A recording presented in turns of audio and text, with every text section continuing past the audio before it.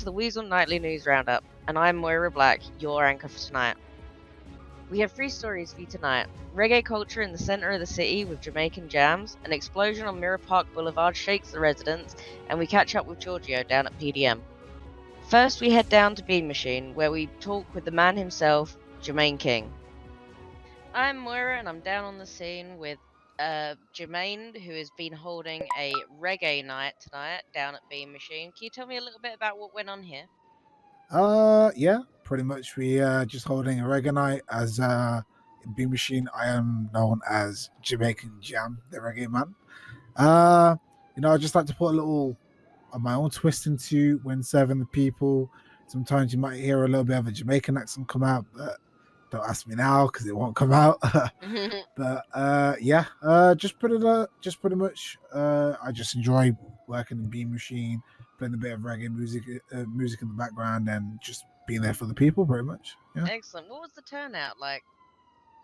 To be fair, last couple of days in the city has been quiet, so we were gonna cancel it until I did have a message from the Miles biker crew that they were dressed up, so I didn't want to let them down. So we restarted the party, and it was a great night. It turned out very well. More than anything, it was my friend Theo over there. It was his birthday. Oh, so brilliant. Yeah, just wanted to wish him a happy birthday. He does also love his reggae music, so it was a blend of both, to be honest. So yeah.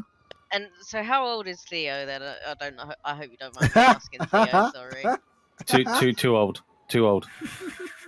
Oh, but you've had a good birthday then, yeah? Oh yeah. It's been fantastic. I've had a lot of good birthday wishes today, and it's been great. But what was your opinion of the reggae night? Did you enjoy yourself here? Oh yeah. I mean, like Jermaine said, I love reggae, so it was just it just made sense. Let's just mix it up. Let's just do a reggae event, but actually do a birthday party at the same time. Of course, and then we played a bit of reggae dubstep as well, which is a first time for me, but the crowd loved it, and I'm hoping once the city is a little bit more busy in the future, we can make a bigger thing. I know everyone's not into reggae, but I do love interacting with the people, so having another event with music would be lovely for people to come down. Great. And so what sort of, were you just serving the regular Bean Machine food here today? Were there any other sort of consumables perhaps that were shared during the event? I will not confirm or deny if anything was passed around, so okay. Yeah. But I know this was the first time, and to be honest, it wasn't planned best for myself, but it still turned out pretty well. So you still had a fair turnout, and everybody seemed to have had a really good time, and so that in my mind makes it quite a hit. Yeah, it does. Okay, well, that's all from here then. We'll go back to the studio. Wow, you're making me crazy. Now, see as we attend the scene of an explosion alongside Dexter Morgan of the LSFD. We're down here where a recent explosion has just happened, and we're with the EMS who has treated the patient and who's now on his way. Tell me, what happened here, and how were you alerted to it? Right, well, I was alerted on my dispatch to initially what was a loud explosion, which usually means you need to bring a fire unit to extinguish the flames, and also an ambulance required notification.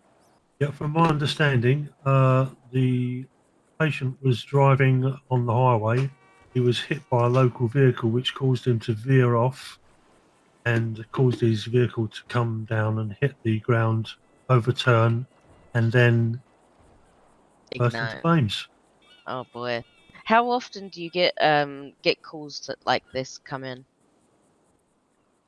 Oh, almost hourly now.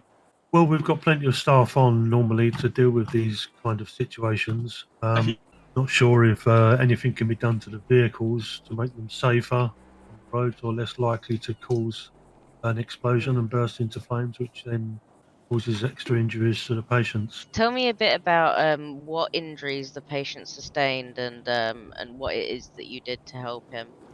Well, on Initially checking the patient over, I see he had some flash burns to the underside of his chin and the side of his face, which were just treated with some halo gel just to cool it down.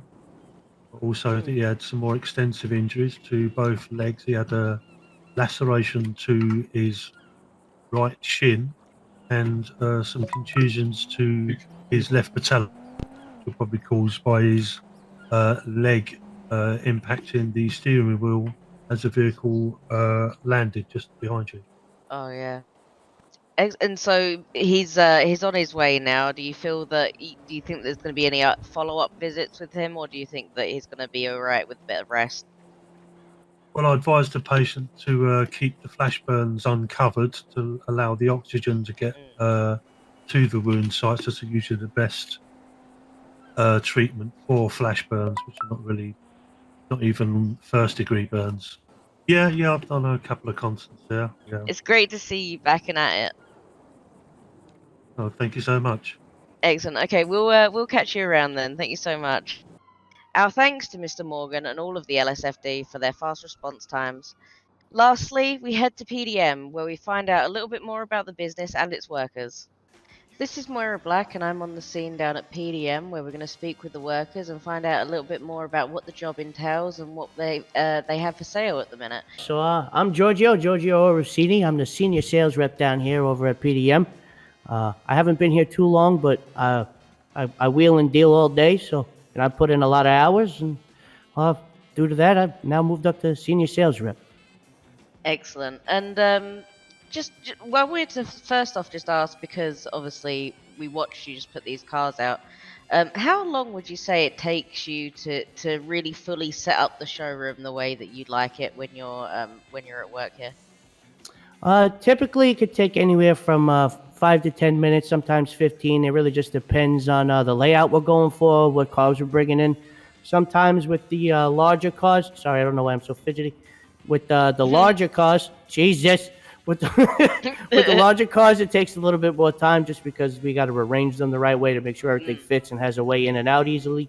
But also, so this way we have enough space to get in and out of the cars. We don't want to, accidentally ding any of the doors on the way in. Yeah, so there is a process. Usually it depends on what kind of customers we've been getting in typically. So if we've been getting a lot more higher price customers where they have a little bit more money in their pocket, then we'll pull out, we'll put out cars like we have here. We'll pull out the Bentley, the Jugular, the Comet, and whatnot. If we get more guys coming in that are newer to the city, or they may not have a lot of cash in their pocket after, for a couple of days, we'll pull out such things like the Tornado we just sold, or the Zion, some of our cheaper stock. But I mean, again, our cheaper stock is still beautiful. So we just try to lay everything out depending on the customers to make them feel as comfortable and as welcome as possible. We don't want people to feel like they're too good or not good enough to come in here. Yeah, I always like to see, a bit of choice, a bit of opportunity to choose. What do you think is the main selling point behind PDM? Why do you think that this is the place that people should be coming to get their cars? Well, I think this is the place people should come to get the cars, mainly because, well, not only will we buy back the cars, especially if they're kept in good condition, but we're fast, we're friendly. There's not a lot of us here, but those of us that are here are passionate. We care. We care about getting people into a car. We care about, getting not just into any car, but the right car for them. And if we don't have that car, then we will easily be, without a problem, tell them, hey, go take a look at Sunrise. We know T-Dog has this. We've seen this posted here. Go take a look around. We don't have a problem pushing customers to different opportunities if we don't have what they're looking for. But we try to have a wide variety, and you just want to keep the customer happy in a sense. Exactly. Yeah. I mean, like I said, we have things of all different prices. We got a Fudo for $8K. We got the Jugular that's $220. We have and everything in between. So I think PDM is definitely the place to be. That, and I mean, for instance, Jackson just started working here. Well, he started working here because he did nothing but come and just hang out down here. Like, we have a lot of laughs. We have a lot of fun. We like to, shoot the shit. There's a sense of community here in the shop, then, you'd say. Yeah, I mean, sense of community, sense of family. We're all friends here. Everybody that comes in here, we try to treat as friendly as possible and try to treat them like we've known them for a while. Everybody that comes in and say, hey, pal, hey, bud, how you doing? How you doing, ma'am, sir? We try to keep it professional, but also relaxed and fun. We want people to enjoy being here, not feel like they have to get in and out. When I'm not here, I like to go do some mining. I like to go hang out at Bean Machine. One of our managers here is also a manager over there, Jermaine. Jermaine, how you doing, bud? How you doing? But yeah, we have a couple of things lined up. We're me and Elio and Jermaine. We've been discussing, along with Simon, who unfortunately hasn't been here due to some personal stuff. We've been discussing a car and bike show. We're discussing what events we want to hold during that car and bike show. We might have a car raffle. We might do some prizes. That's in the works. And we're also discussing, I don't know if people have been informed or have heard it, but there's a little birdie in the air that we might be holding our own personal race coming up soon. Wow. We're going to be sponsoring a race. We're going to do a little drifting, a little circuit race. We're not sure of the exacts just yet. It's all in the works. But there will be a race that we are planning. Well, yeah, I think you've given us a good look at what you're doing here. Is there any cars that you think especially should get a bit of a highlight in this interview? Oh, yeah. So as far as our highlights, I decided to pull them all out for you guys actually here. I mean, the Comet behind you is absolutely gorgeous right here. The Jugular that we got that's fully maxed out. It's got no financing left on it. The Bentley way in the back also has no finance on it. That's got a lot of upgrades. This Jester right here, beautiful Massacro. We actually just changed the paint on it. Went from white to purple. And that, more of like a purple, but it is absolutely gorgeous. It's fast, it's quick. And our newest addition right over there is that beautiful Brab. It's gray, it's stock, quick, photo, and it handles like a dream, to be honest with you. It looks great. I mean, I'm not exactly a car person, but I mean, even I am able to see that there's some quality selections here.